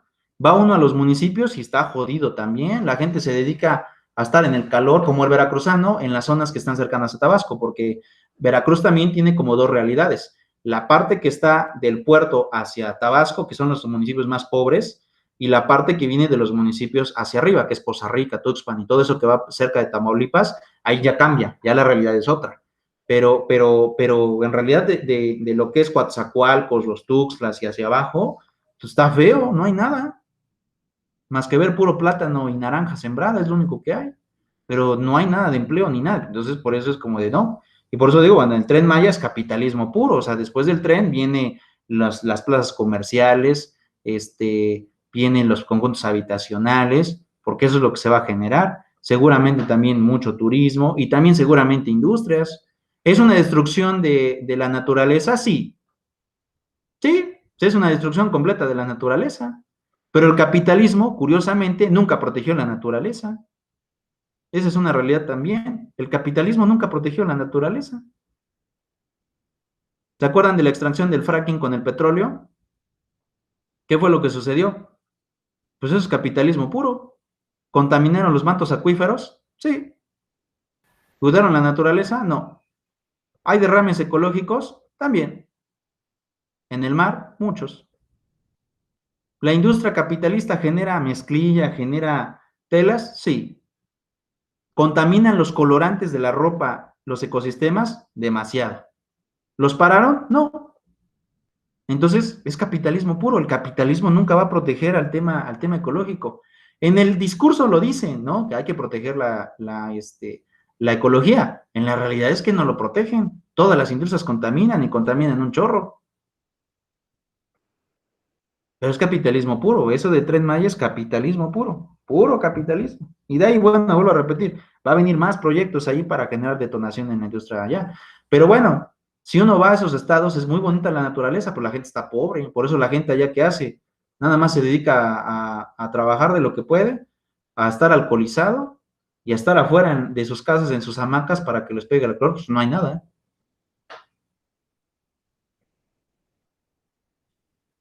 Trabajan del campo y el campo pues está mal pagado. Es muy duro el trabajo y está mal pagado.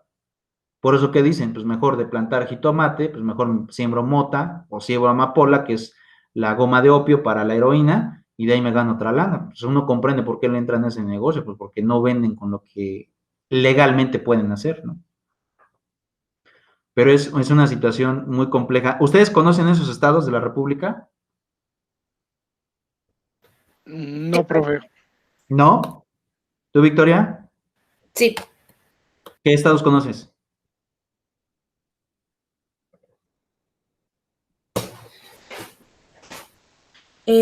pues todo lo que es de Oaxaca, Sonora, Tamaulipas, Zacatecas, casi todo lo que sería el norte. Ujú. Ujú. Bueno, en Tamaulipas hay mucha industria por el pase ahí hay mucha industria por el pase con el paso fronterizo. De hecho, las fronteras más fuertes entre Tijuana y Tamaulipas, que son las más fuertes en toda la frontera norte, cruza más dinero y hay más ingresos por Tamaulipas que por Tijuana. Y si tú vas a Tamaulipas, también como que aparentemente no ves como mucho progreso en la ciudad, pero la gente allá tiene un buen de dinero. Nada más ves los camionetones cómo salen. Y Sí, bueno, también el tema del narcotráfico es muy fuerte allá. mucho, sí. Vas del lado de Tijuana y es una realidad diferente, pero también Tijuana lo conozco. Tijuana es como ¿Han visto cuando llegas a Ciudad de México y ves Valle de Chalco y Los Reyes, antes de entrar a la Ciudad de México, cómo se ven esas colonias así, las casas sin revocar y así? No sé si han visto esos dos municipios del estado que están antes de entrar a la Ciudad de México. Sí, Pues hagan de cuenta que Tijuana es igual. sí. Nada más en la parte del centro sí hay plazas comerciales y avenidas un poco grandes, pero ya lo que es Tijuana, que es básicamente las orillas, que es muy grande, es como entrar a Valle de Chalco o entrar a Los Reyes.